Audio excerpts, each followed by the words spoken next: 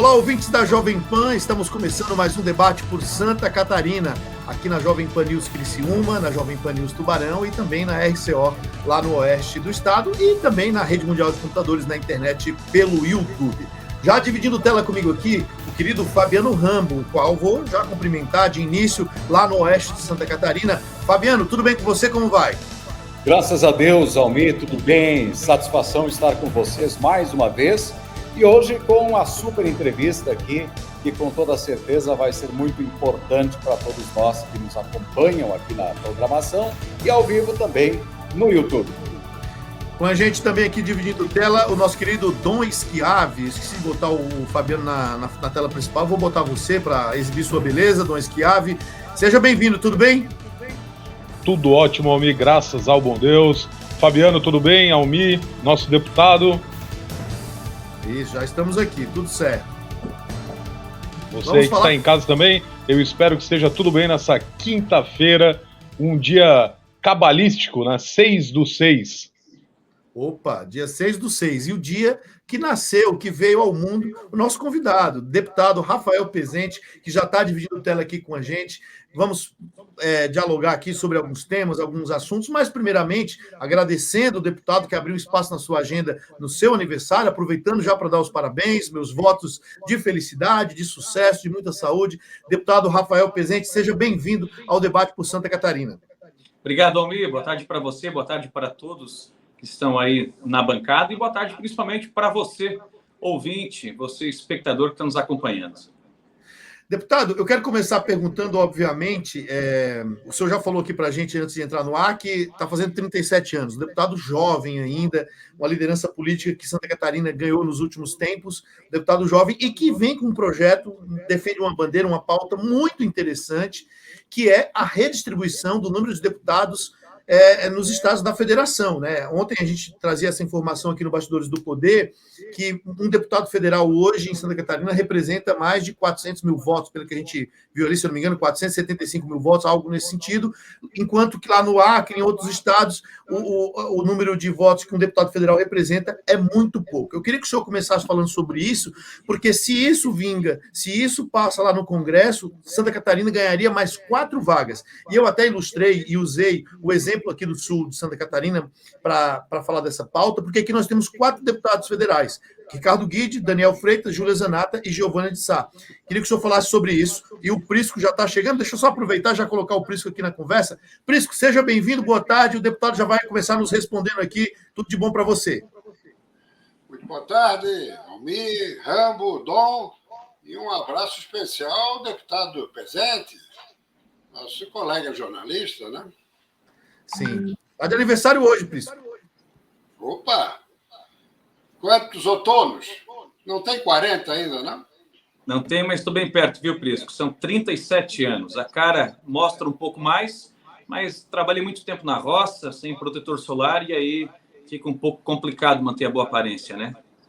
Então aproveite, porque o amigo está na mesma situação do meu primogênito. Só tem mais 3 anos, porque depois que entra no ENTA, só se bater 3 dígitos no centenário. Mas vamos falar com o Chico Prisco também. O Prisco vai poder participar aqui e perguntar também, mas voltando então, deputado, gostaria que o senhor falasse sobre esse tema, e aproveitando a chegada do Prisco, eu falava com o deputado aqui, Prisco, sobre essa proposta de redistribuição do número de deputados nos estados do Brasil, alguns ganharão, outros perderão, mas que eu entendo que vai dar mais, vai oferecer um equilíbrio maior, até porque Santa Catarina tem uma representatividade muito grande, e aqui no sul, só no sul de Santa Catarina, tem 4 dos 16 deputados federais que o estado tem hoje. Queria que o senhor explicasse sobre isso. Mas, em compensação, Joinville tem 1. Florianópolis não tem nenhum. Quer dizer, aí entra uma outra discussão, que é a questão do voto distrital misto, aquela coisa toda, mas, enfim. O deputado já respondeu sobre essa questão, que tem a ver com a proposta dele? Vou falar agora, Almir. Bem, que bom. Vamos lá. Essa é uma proposta que, inclusive, precisa ser bem esclarecida, porque tenho até apanhado um pouco em virtude disso, sabia? Tenho lutado para dar mais força política para Santa Catarina, mas as pessoas, algumas delas, não estão conseguindo entender. Rafael, deixa eu então só te formular uma indagação ainda nesse contexto. que há uma injustiça absurda. Não resta a menor dúvida, isso vem do regime militar, que necessitava dos votos lá de cima, norte, nordeste, para poder ter maioria. E daí isso acabou ficando. Né? Ainda mais hoje, na situação que vivemos, em que o atual presidente da República foi eleito, sobretudo, pelos 9 estados nordestinos. Nem vou falar dos nortistas, dos estados do norte. Mas o que eu queria focalizar é o seguinte: até que ponto, considerando que estados vão ser prejudicados e o nosso será um dos maiores beneficiados, serão 4 deputados, acho que é Santa Catarina e outro estado, até que ponto vai se conseguir maioria na Câmara para mudar isso, deputado? Olha, Prisco, eu vou te responder isso. Eu tenho resposta para essa tua pergunta, que foi muito bem formulada, mas como eu estou começando agora, né, para quem não está por dentro do assunto, deixa eu contextualizar.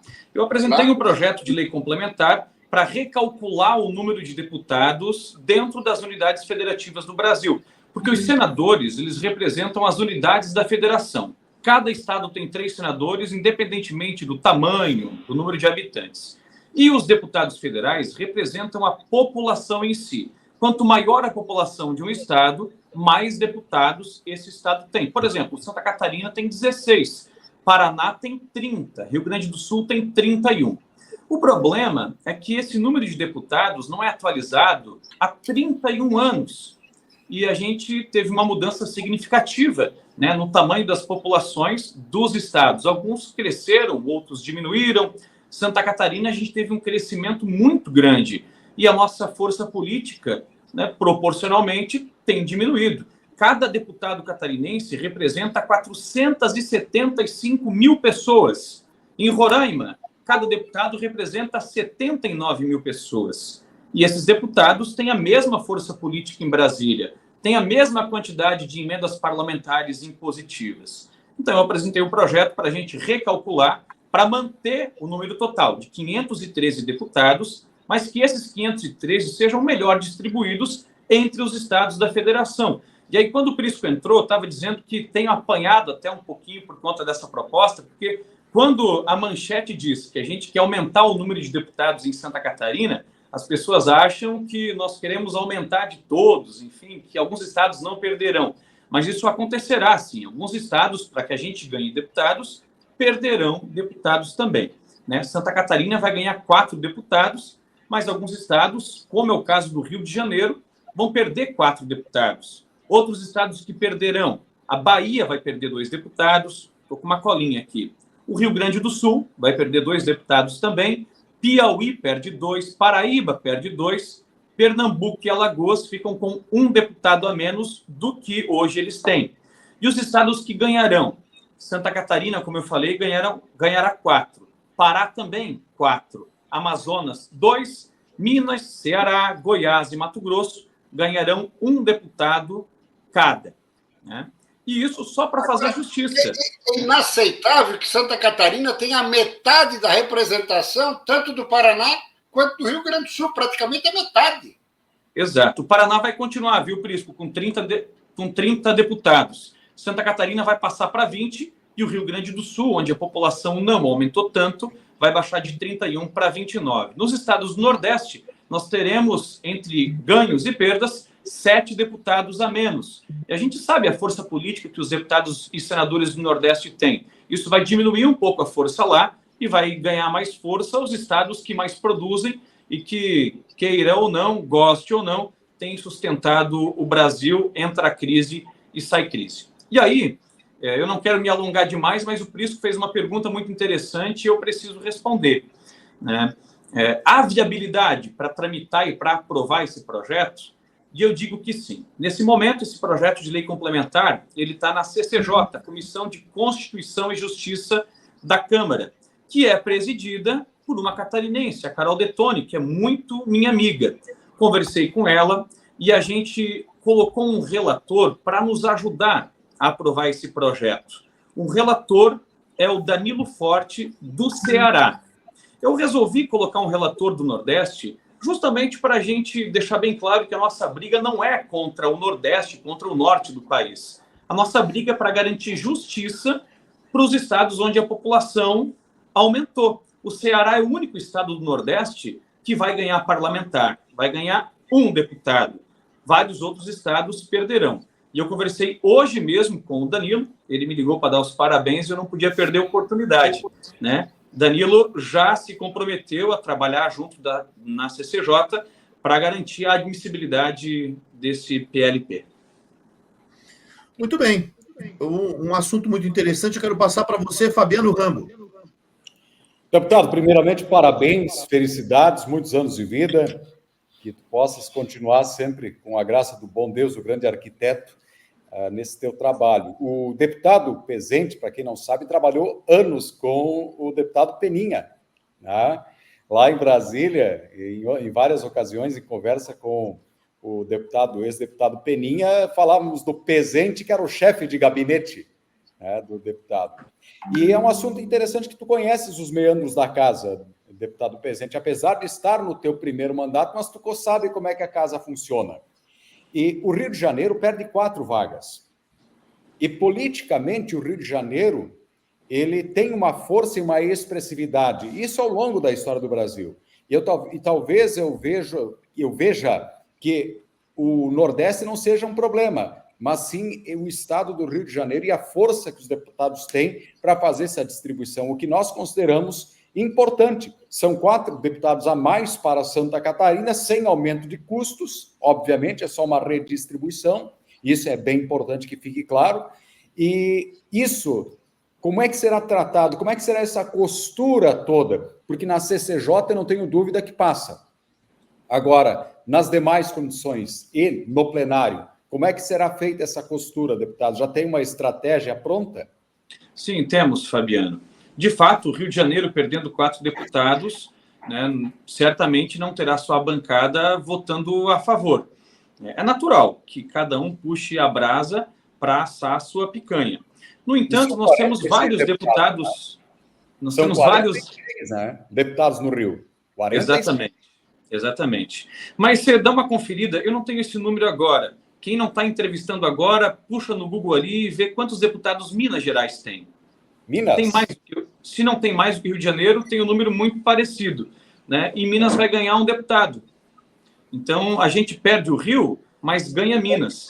E entre os estados que ganharão parlamentares e os estados onde a gente não vai ter alteração, porque eu não mexo nem no piso e nem no teto. Hoje, nenhum estado pode ter menos de 8 deputados federais. E nenhum estado pode ter mais de 70. São Paulo teria direito a mais de 100 deputados se fosse respeitada a regra da proporcionalidade. Mas se eu juntar esses estados, onde não haverá alteração, com os estados onde a gente vai ter aumento no número de deputados, nós temos votos para vencer essa disputa. E hoje, o que está pegando mesmo é o caso de Alagoas, porque o presidente da casa, o Arthur Lira, é de lá. E Alagoas vai perder um parlamentar. Mas Lira também está com prazo de validade naquela cadeira de presidente vencendo. Não será ele o próximo presidente da Câmara, né? O regimento interno impede a renovação do seu mandato da presidência dentro da mesma legislatura. Nós queremos aprovar nesse ano dentro da CCJ. E no ano que vem, quando trocar o presidente da casa, a gente pauta no plenário. Até porque, essa é uma informação muito importante para vocês terem, o STF já formou maioria para determinar que o Congresso Nacional decida isso por meio de lei até junho de 2025. Caso o Congresso seja omisso, o TSE terá autonomia para recalcular as bancadas com base nos dados do último censo do IBGE. E aí, né, não vai ter xixi minha nega, não vai ter choradinha. Nós teremos Nós teríamos mais uma vez o Judiciário decidindo aquilo que cabe ao Congresso, não, deputado? Exatamente. E o Congresso, então, tem que se mexer, né?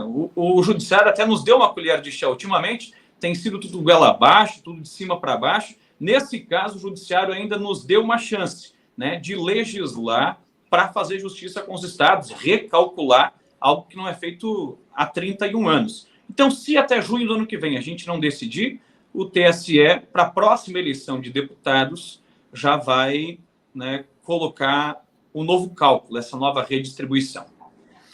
Muito bem, vamos agora convocar o nosso querido Dom Schiavi, que está no Alto Vale, em Balneário Camboriú. Dom, seja bem-vindo aí ao debate. Muito obrigado, Almir. Deputado, primeiramente, parabéns, feliz aniversário, muita saúde, paz, felicidades, né? Que o Criador lhe abençoe muito e ajuste um pouco mais ali a lataria. Né? Somos da mesma idade, então podemos brincar. Bela gravata, hein, Dom? Muito obrigado. Estive pela manhã num evento aqui em Itajaí, até convido os amigos, depois eu mando o convite para todos. Vai ser um baita evento náutico do dia 4 ao dia 7 de julho. Mas voltando aqui, Minas Gerais tem 53 deputados. Tá? Eu tava vendo aqui, procurando, Rio 37, de Janeiro... 37, Dom. Minas 53 isso aqui. Deputados federais? É 37, Dom. Número por estado, tá aqui, ó. 53. 53, Almir. 53. Okay, então. São Paulo, 70, entendeu? E o Rio de Janeiro vem na sequência com 46 deputados ali. Não, 37 deputado... foi o número, perdão, só para esclarecer, 37 foi o número de reeleito, eu vi errado aqui. Reelegeram 37 deputados, mas realmente é 53. Bom, eu vou só pegar um gancho nessa pergunta, deputado, e eu quero partir para uma próxima pergunta envolvendo Brasília, principalmente. Minas Gerais passaria a ter quantos deputados se majorar essa lei? Hoje tem 53, ganhará uma vaga, então passará para 54 deputados. 54. Então, o alvo maior ali, no caso de perda, além de Alagoas, será o Rio de Janeiro também. Isso? Alagoas vai perder só um parlamentar. O problema é que Alagoas é a terra de Arthur Lira, que decide o que pauta e o que não pauta no plenário da Câmara. Mas o Rio de Janeiro vai perder 4 vagas. Bahia e Rio Grande do Sul perderão 2 vagas, cada um desses estados. O Piauí vai perder 2 também. Paraíba também vai perder 2. Pernambuco e Alagoas, 1 vaga cada um. Perfeito. Agora vamos ao universo de Brasília. Tivemos ontem mais uma questão ali intragável. Não tem como dizer de outra forma, né? O cara réu confesso no esquema de rachadinha e foi inocentado, depois provocando, né, uma briga acalorada tanto com o deputado federal Nicolas, quanto com o deputado federal daqui de Santa Catarina, o Zé Trovão, o único de Joinville. Deputado, o que o senhor tem a declarar sobre esse caso lastimável, por gentileza, sobre o deputado Janones? Eu tenho 2 comentários para fazer a respeito disso. Eu não gosto de ficar avaliando o mandato de deputado, porque eu fui eleito para cuidar do mandato que me deram, né? Então eu sou responsável por aquilo que lá em Brasília faço. Mas, primeiro, eu acho que Brasília, infelizmente, virou terra de adolescente. É todo mundo com o celular na mão, fazendo selfie no plenário e querendo lacrar nas redes sociais. Uma briga por like muito maior do que uma briga pelo Estado e o parlamentar foi eleito. Essa é uma verdade, né? Gosto quem gostar, e se não gostar também não me interessa muito. Mas muito do que acontece ali é teatro, né? É uma encenação. Aquela briga, inclusive, na comissão era para render, né? Mídia nacional acabou rendendo, conseguiram o que queriam. E agora o segundo comentário, que é uma aberração que foi feito, né? Inocentar um cara que confessou ter praticado um crime é ruim. É ruim isso para a imagem do parlamento que já está tão desgastada. A gente só contribui para piorar, né? Essa imagem que hoje os políticos têm. Muito bem. Estamos falando com o deputado federal Rafael Pezente aqui na Jovem Pan News Criciúma, na Jovem Pan News Tubarão e também na RCO. Meu caro Prisco Paraíso, já vou passar para você fazer mais uma indagação, mas só para concluir essa história da votação de ontem, o deputado falou, realmente as votações lá no Congresso, elas não necessariamente, deputado, às vezes representam o que a população gostaria, né? Porque recentemente teve uma votação lá, até nem sei como foi que o senhor votou, mas alguns deputados apontaram lá que gostariam que Domingos Brazão fosse solto. Um cara que todas as informações apontam ele como culpado, como um dos mandantes da morte lá da Marielle. Não sei se o senhor participou dessa votação. Sim, Almir. E votei para não mantê-lo preso, não porque eu acho que ele é inocente. Acho até que ele tem que estar na cadeia, mas a gente precisa seguir o que está na Constituição. Eu não passei num concurso público para ser juiz, né, para julgar o que Brazão fez. Eu fui eleito para legislar e para seguir o que a Constituição diz. Se eu não concordo com o que está na Constituição, eu tenho a prerrogativa de apresentar uma proposta para mudar a Constituição e aí começar a seguir as novas regras. A gente, no caso do Brazão, deu um recado ao Alexandre de Moraes. Ele não pode mandar prender deputados se, para isso, ele não tem prerrogativa. Está bem claro, lá na Constituição Federal, que o Brazão não poderia ser preso conforme foi. Tem que seguir o rito processual. Acho até, inclusive, que ele vai continuar na cadeia por muito tempo e, se culpado for, tem que apodrecer por lá, tem que seguir, tem que servir de exemplo, né? Mas, naquele caso, o recado que a gente deu foi para o Alexandre de Moraes. Assim como ele prendeu o Brazão, ele prendeu dezenas e dezenas de pessoas no dia 8 de janeiro do ano passado, que sequer estavam nas manifestações, estavam no gramado, vendo de longe, e essas pessoas continuam presas. Teve gente que morreu na cadeia sem ter sido julgada. O Alexandre de Moraes não é o dono do Brasil. Mas... ele, assim como nós, também precisa respeitar as regras em vigor. Deputado, mas nessa mesma linha do que o senhor fala ali de defender a Constituição, e eu concordo com o senhor plenamente, não foi a alegação para inocentar o Janones ontem, porque segundo o relator na CCJ do processo do Janones, tinha acontecido essa suposta rachadinha num mandato anterior e não caberia ser julgado agora. Aí há diversas alegações, né? Uma guerra de narrativas. E o que estava em jogo, na verdade, não era o caso da rachadinha, era para ver qual narrativa valeria nesse caso, né? Janones diz que o caso era do mandato passado.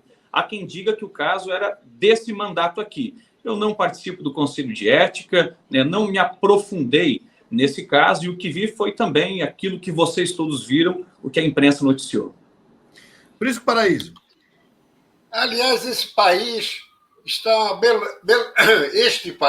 uma belezura. O Supremo Tribunal Federal acabou ratificando, confirmando a lei das estatais, aprovada no governo Michel Temer, sem acesso de políticos à diretoria. Mas levou 1 ano e tanto para deliberar. E, ao deliberar, decidiu que daqui para frente não pode ter político. Mas os políticos que o atual governo enfiou, esses podem continuar. Infelizmente, esse é o nosso Brasil. Mas eu gostaria de perguntar ao meu caro deputado o seguinte. A gente observa que Rafael Pezente não participa muito da vida partidária do seu MDB. Participa aqui de algumas reuniões e tal, mas não é figura cativa nas reuniões da executiva, do diretório, dos encontros regionais. Eu lhe pergunto, já disse várias vezes que vai continuar no MDB, mas dentro do MDB nenhum deputado tem tido um comportamento tão bolsonarista quanto o Pezente. A caminho do PL? Prisco, não. Né? Eu preciso discordar de alguns apontamentos teus aí. E como eu estou de aniversário, você dá uma aliviada para o meu lado também. Prisco, eu tenho procurado participar bastante da vida partidária. Né? Infelizmente, a minha agenda não permite que eu participe de todos os eventos regionais, mas hoje à noite, por exemplo, estarei em Camboriú por um evento muito grande, uma região importante demais para o nosso partido. Teremos grandes candidatos com chances boas de vitória, o nosso partido vai crescer nessa região e eu estarei lá, né, para dar um discurso muito forte, não na linha do que o MDB de Brasília defende. Falarei, e já adianto aqui, né, no discurso de hoje à noite, que o MDB que eu represento não é o de Brasília. E o que eu mais escuto lá, viu, Prisco, é isso que você acabou de me dizer também. Eu estou a caminho do PL, que eu não tenho a cara do MDB. As pessoas perguntam o que é que eu estou fazendo no Manda Brasa ainda. E o que eu digo para elas é o seguinte, né, para esses parlamentares lá em Brasília que me questionam. Se você conhecesse o MDB de Santa Catarina, eu não estou falando dos políticos do MDB, eu estou falando da base do MDB, que mantém os políticos no cargo. Se você conhecesse o MDB de Santa Catarina, você também se filiaria no 15 se em Santa Catarina estivesse. Né? Eu sei que eu contrario quase sempre as orientações partidárias lá no plenário da Câmara dos Deputados. Eu sofro com isso, sabia? Né? Eu levo chicotada. Enquanto os parlamentares do meu partido têm dinheiro de sobra para distribuir para a sua base, eu passo lá em Brasília pão e água. E nem é pão e água no mesmo dia. É um dia pão e um dia água, para a gente não se acostumar mal. Eu não consigo a relatoria de algum projeto importante. Quando é que dentro do MDB eu vou conseguir presidir uma comissão lá na Câmara? Eu não tenho boas perspectivas, mas eu não saio do MDB porque eu rodo todo final de semana. Eu fico mais em Santa Catarina do que em Brasília. Eu venho quinta-feira para Santa Catarina, volto na segunda para Brasília, são 4 dias aqui, e eu fico 4 dias trabalhando, emendando uma segunda-feira na outra, sem um dia de folga, rodando as cidades para saber se o que eu estou fazendo em Brasília é correto, se as pessoas estão satisfeitas. E a base do partido diz que eu tenho que continuar nessa linha. Então, eu vou me vender por cargo, vou me vender por recursos extra-orçamentários para conseguir atender a minha base. Se o que a minha base quer é que eu continue com aqueles posicionamentos firmes, não acho, inclusive, por isso, que eu seja bolsonarista. Hoje, o Bolsonaro é o grande líder da direita no Brasil, mas o Bolsonaro vai passar. Eu não quero que esse espírito que já tomou conta dos brasileiros, sobretudo aqui em solo catarinense, passe. A gente precisa defender os valores que Bolsonaro colocou na cabeça de muita gente. O Bolsonaro vai passar. Eu não acho, sinceramente, que o Bolsonaro vai ser candidato em 2026. Porque quem tem condições para torná-lo elegível, jamais, nessas circunstâncias, tornará. Independentemente de quem seja o candidato da direita, eu estarei com ele. Independentemente de quem o MDB apoiar, eu apoiarei o candidato da direita. Estando no MDB, candidato? Não irei para o PL. Qual é o melhor candidato? Tarcísio. Tarcísio, então, governador de São Paulo. Eu até, deputado, queria pegar esse gancho da fala do senhor, porque eu gostaria muito, deputado, como eleitor, como jornalista, como eleitor, que no Brasil existe uma direita além de Bolsonaro e que existe uma esquerda além de Lula, PSOL e afins. Porque fica essa polarização da discussão de que a solução da esquerda, Lula sempre defendeu que tinha que passar por ele. Olha, eu que vou resolver o país. E agora, na direita, com o advento de Bolsonaro, de 2018 para cá, cria-se uma expectativa, né? Até teve uma declaração do Ciro Nogueira que disse que vai andar com Bolsonaro, vai fazer campanha para Bolsonaro, mesmo ele estando inelegível para 2026, o que, ao meu ver, é um erro. Né? É um erro, porque aí você descredibiliza, por exemplo, o Tarcísio, que é um cara que tem potencial para ser um representante da direita e um representante legítimo, porque ganhou para governador, tem uma boa aprovação em São Paulo. Então, o senhor não acha que a gente precisa arrumar soluções além do que se apresenta hoje aí? Ou é Bolsonaro, ou é Lula, ou é Bolsonaro, ou é PT? Sim, eu acho que a gente precisa, e a gente vai se obrigar a fazer isso em algum momento. O Lula não vai viver para sempre, né? O Bolsonaro, para a próxima eleição, deve continuar inelegível. Então, em algum momento, isso vai acontecer. No entanto, é uma estratégia utilizada e que tem dado certo. O fato de manter a candidatura até nos 48 do segundo tempo, até que ela, de fato, se torne inviável. Vocês lembram que o Lula fez isso em 2006? O Lula foi a mesma coisa, né? O Lula manteve a sua candidatura, mesmo estando inelegível, para que o grupo também não se dispersasse. Um estelionatário político. O que Lula fez foi um estelionato político, que ele não podia fazer o que ele fez. Mas é uma estratégia política, né? E que a gente precisa reconhecer que se mostrou acertada. O Haddad não venceu a eleição em 2018, mas fez voto pra caramba. Quem era o Haddad em 2018? Era um ministro da Educação que se saiu muito mal, era um prefeito de São Paulo que não conseguiu se reeleger, e olha, ele chegou perto, né, do Bolsonaro em 2018 para uma eleição de presidente da República, porque o Lula manteve a sua candidatura mesmo estando preso. Se o Lula abre mão da sua candidatura e já admite que não pode disputar a eleição em 2018, lá no começo da pré-campanha, o grupo se dispersa, o Lula não consegue colocar o candidato dele. Aí entra Ciro Gomes, entra um monte de gente que está tentando crescer na esquerda e que não vai crescer enquanto o Lula viver para a política.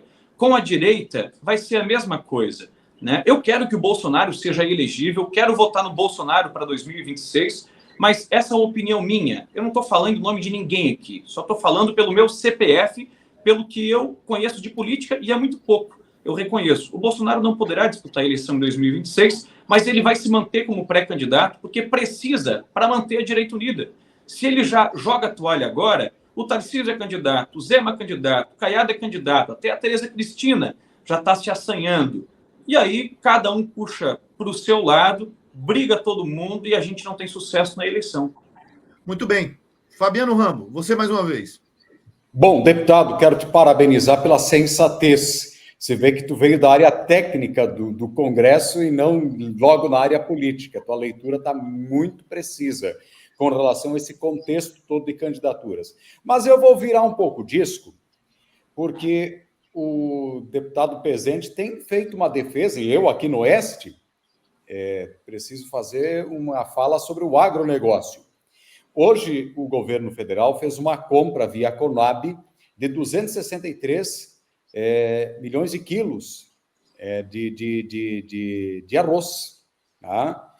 E há um manifesto em âmbito nacional sobre essa compra do governo ou permissão de importação de arroz, lembrando que o Rio Grande do Sul é responsável por uma parcela significativa do arroz do Brasil, 70%, são 8, e depois vem Santa Catarina com quase 1,2 milhão de toneladas de arroz de produção.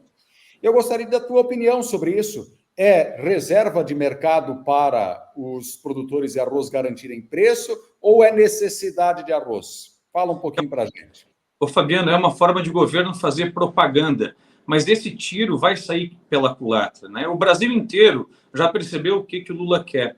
Quer colocar arroz na prateleira do mercado com o carimbo do governo. Você sabe, né, que em cada pacote vai ter a propaganda do governo federal. Você sabe quando é que esse arroz vem para o Brasil? Foi leiloado hoje, né? Quem conhece do setor diz que antes de novembro esse arroz não chega. Será que até novembro a gente não consegue escoar a nossa produção? Nós teremos no Brasil esse ano mais arroz produzido do que no ano passado. Antes a gente estimava uma perda de 1,5% a 2% na safra. Agora a gente já tem a certeza de que teremos mais arroz em solo brasileiro do que foi na safra passada, onde nós tivemos quebra por conta da seca. 84% do arroz brasileiro já havia sido colhido quando aquelas chuvas devastaram o Rio Grande do Sul. Nós tivemos esse ano um aumento de 10% na área plantada de arroz. Então, o governo, por insistência, para não perder a queda de braço, mesmo entendendo que fez burrada, insistiu e colocou dinheiro nosso, dinheiro que poderia ser usado para escoar a safra do Rio Grande do Sul e de Santa Catarina para os países do Mercosul. E outra, além disso, ele também isentou o imposto de importação de arroz de todo o mundo. E agora a gente vai ter os produtores brasileiros mais uma vez sofrendo para conseguir bancar a sua dívida no banco e conseguir plantar a próxima safra. Deputado, mais uma pergunta. Só ainda sobre o arroz, tem cheiro de picaretagem. Tem cheiro de picaretagem. Tem. Eu não quero falar a respeito disso, embora haja indícios, porque dependendo do que a gente falar numa entrevista aqui, eu posso sair algemado, né? O Brasil está um país não muito democrático, mas tem cheiro de picaretagem e dentro da FPA, que é a Frente Parlamentar da Agropecuária, a gente já está de olho nisso.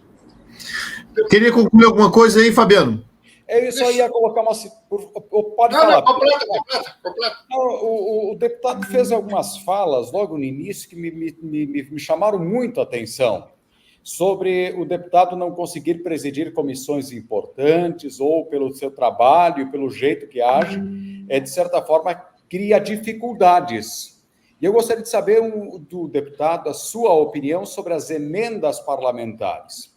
Como é que o deputado está vendo essa distribuição das emendas parlamentares? Como é que o senhor vê essa situação toda? Olha, as emendas parlamentares, as impositivas, todos os deputados e senadores têm um valor igual, né?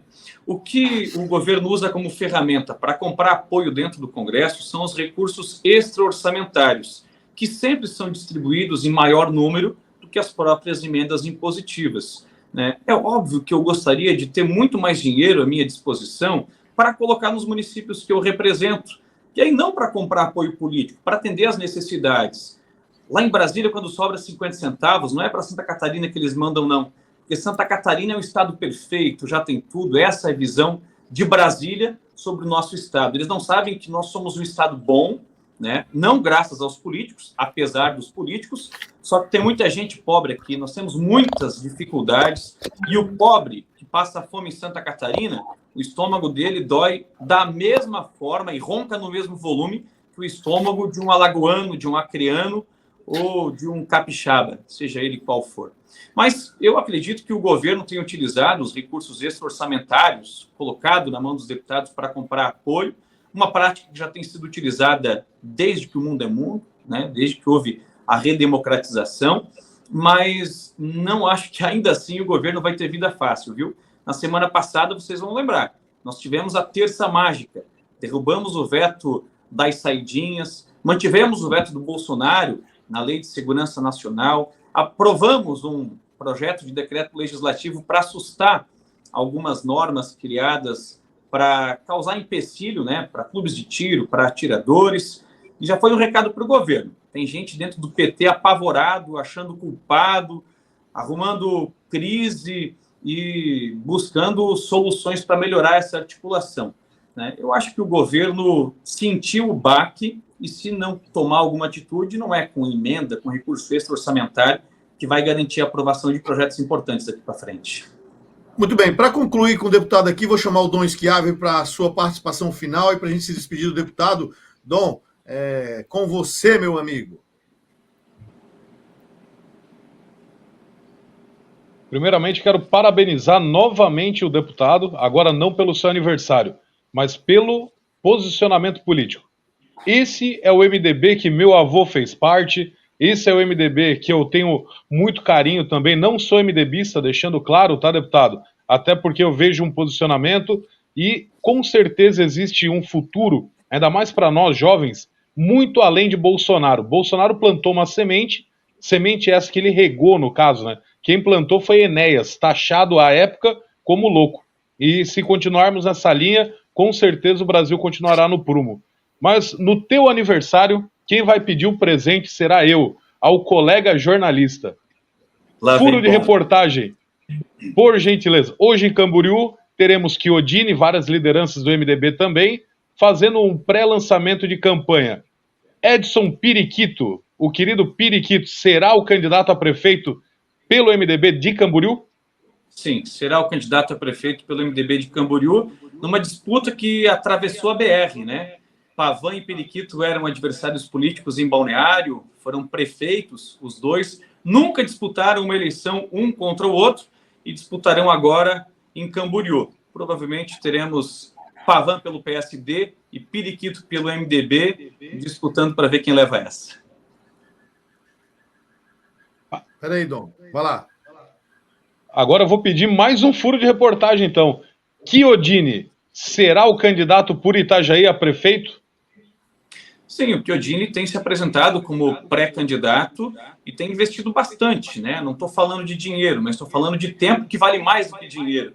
Ele abriu um escritório regional em Itajaí, um escritório de seu mandato, né? Ele tem se dedicado a agendas em Itajaí, tem buscado apoio, alianças, e deve ser o candidato do MDB em Itajaí. Muito bem. Então, deputado, nós agradecemos a sua participação. Obrigado aí pelo carinho e pelo respeito com os seus eleitores e com o ouvinte aqui da Jovem Pan no seu aniversário. Abriu um espaço na agenda aí. Foi meio querido ali pelo Prisca. O Prisca não brinca em serviço. O Prisca é jornalista raiz. Ele chega chegando e não tem medo de perguntar. Mas o Prisca está aí no exercício da sua profissão há tanto tempo, sabe muito bem como conduzir as coisas. Deputado, muito obrigado, parabéns pelo projeto aí de redistribuição dos deputados, continue firme e forte lá, o senhor é uma liderança política e nós, catarinenses, precisamos, porque aí nós sabemos que daqui para frente teremos deputados com ideias novas, com posições novas e com as posições que os catarinenses querem que sejam defendidas lá em Brasília. Muito obrigado pela sua participação. Valeu, Almir, Dom, Fabiano, Prisco, toda a turma que está nos acompanhando, seja pela internet, seja pelo rádio. É sempre uma satisfação conversar com vocês e para mim foi um presente, viu? Poder dar uma entrevista para vocês no dia do meu aniversário. Hoje à noite vou estar em Camboriú e vou trabalhar também sexta, e sábado, e domingo, e segunda, e sempre que vocês precisarem, vou tirar um tempo para responder. Entrevista boa é aquela em que o entrevistado é emparedado, né? Todo o resto é propaganda. O jornalismo é tirar do entrevistado aquilo que ele não quer falar, e vocês conseguiram algumas coisas aqui. Terei provavelmente problemas depois dessa entrevista, mas né, já encarei outros problemas maiores do que esse, tenho certeza. Muito bem, então falamos com o deputado federal Rafael Pezente, convidado nosso do programa de hoje. Muito boa a entrevista do deputado, falou abertamente, não tem medo de falar, mesmo quando inquirido por Prisco, não se furtou a responder, e a gente vai seguir na sequência. Eu vou pedir para vocês só rapidamente, porque a gente já está aqui com a adiantada hora, eu preciso chamar um intervalo na Jovem Pan News Criciúma, na Jovem Pan News Tubarão, intervalo rapidinho na RCO também, para quem nos acompanha na internet, nós continuamos por aqui. Bom, seguindo por aqui, Prisco, vou começar por você, a avaliação do deputado Rafael Pezente em sua fala. Olha, Almir, ele é muito desembaraçado, né? Ele tem experiência de Brasília, ficou lá com o Peninha há muitos anos, né? E ele tem abordado temas sensíveis, delicados, estratégicos, né? Nevrálgicos da vida nacional. Mas eu não quis insistir. Mas que ele hoje é um peixe fora d'água no MDB, disso não resta a menor dúvida. Ele não tem marcado presença efetiva nos eventos, não. E não tem votado com o partido. Mas o partido lá em cima é Lula. Mas, daí vai votar tudo contra? Não precisa ser tudo a favor, como outros, mas encontrar um ponto de equilíbrio, né? Então, ele hoje é um deputado que é do MDB, mas ele estaria muito mais bem acomodado, considerando as suas declarações, posicionamentos e votos, no PL, no PP, mas principalmente no PL. Só que ele sabe muito bem que o MDB tem uma estrutura espalhada pelos 295 municípios catarinenses, tem capilaridade, né? E que é muito mais seguro para ele. E para o PL é uma situação que tem muitas candidaturas resultado de posições do bolsonarismo raiz, né? Vejam a eleição de Zé Trovão, Júlia Zanata e tantos outros, né? Então, ele também não quer correr esse risco. Mas que ele tem sido bolsonarista, tem sim. Mas eu sou de direita, do eleitorado conservador, mas hoje o voto de direita é o voto do Bolsonaro. Vamos falar diretamente e claramente. E outra coisa, quem foi o político de Santa Catarina que pela primeira vez trouxe Bolsonaro para cá? Quando a sua candidatura à presidência não passava de um ato de desfaçatez, de loucura. Rogério Peninha Mendonça. Então, eu ainda tenho minhas dúvidas. Eu tenho minhas dúvidas de como essa coisa do Pezente vai evoluir dentro do MDB. Tá? Não só porque o MDB nacional está muito incomodado com ele, mas também aqui no Estado o ambiente não é o melhor para ele, não. Agora, Dom, ele trouxe informações importantes sobre essa cúpula, sobre essa reunião do MDB aí no Alto Vale, hein? Justamente. E chancelou aquilo que nós já havíamos especulado, até mesmo pré-vistos, né, digamos assim, que é o Periquito concorrendo contra o Pavan, que vai ser uma briga boa, mas na minha opinião ainda dará Pavan pelo PSD lá em Camboriú, até mesmo pela ventilada do nome. E nós temos ali a confirmação do Chiodini, né, o Chiodini, entendeu? Que é um cara que está muito, muito atrelado ao governo Lula, apesar de ser de Santa Catarina, da região nordeste aqui do estado, né, Jaraguá do Sul, está muito atrelado ao governo Lula. Então ele vindo a prefeito de Itajaí, vai concorrer em muito. Eu que estive hoje pela manhã em Itajaí, E à noite, creio eu que estarei em Camboriú. Vou acompanhar lá, vou colocar um boné, um moletom e no modo silencioso para pegar furo de reportagem. Entendeu? Então, assim, é bem capaz, sim, que essa disputa venha e traga mais. Agora eu quero fazer uma consideração com relação ao que o Prisco falou. Eu acredito que ele esteja mais do que o bolsonarismo já, até mesmo pela votação.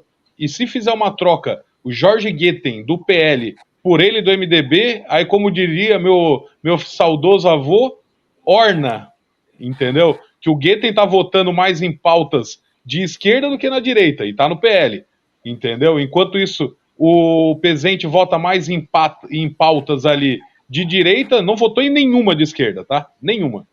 Então, mais bolsonarista do que muito que se diz bolsonarista.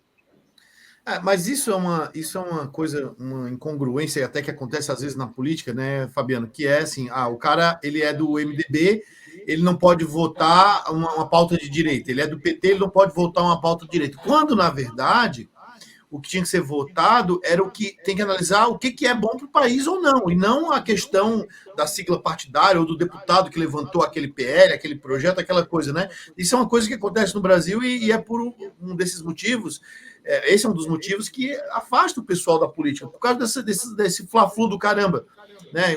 Ora, se Jorge Guetem entendeu que um projeto é interessante, ele não pode votar? Não é um, são todos. E se ele achar que todos, ele concordar com todos, ele pode votar. Então troca de partido. Tem que ter um princípio programático mínimo. É isso aí, Fabiano. Eu tenho que concordar que os partidos precisam ter exatamente o seu estatuto respeitado, dentro daquela linha de pensamento que o partido rege. Essa coerência é fundamental. Agora, quando acontecer de votar um ou outro partido, ou um ou outro projeto, é um entendimento particular do deputado. Agora, quando é todos, aí talvez o deputado não esteja no lugar certo. Mas eu gostaria de pegar uma fala do deputado Pezente, que para mim ela foi significativa. Terra de adolescente. É isso que virou o Congresso Nacional, gente. Aquela vergonheira que a gente viu ontem. Por favor, aquilo ali envergonha o brasileiro, envergonha o cidadão que espera no Comitê de Ética e Decoro Parlamentar, ética e decoro parlamentar. Então, é uma incoerência tamanha, e o deputado ele foi muito feliz em falar aquilo que, na nossa garganta, soaria mal, mas na do deputado, soa perfeitamente. Porque hoje o deputado ele faz teatro, ele não legisla. Ele só vai para o plenário para tirar corte. O corte virou propaganda eleitoral. É uma situação que, infelizmente, a sociedade brasileira, uma hora vai cansar. E está todo mundo falando, Almir, já te passo, sabe para quem? Para os seus convertidos. Mas para esses, não basta.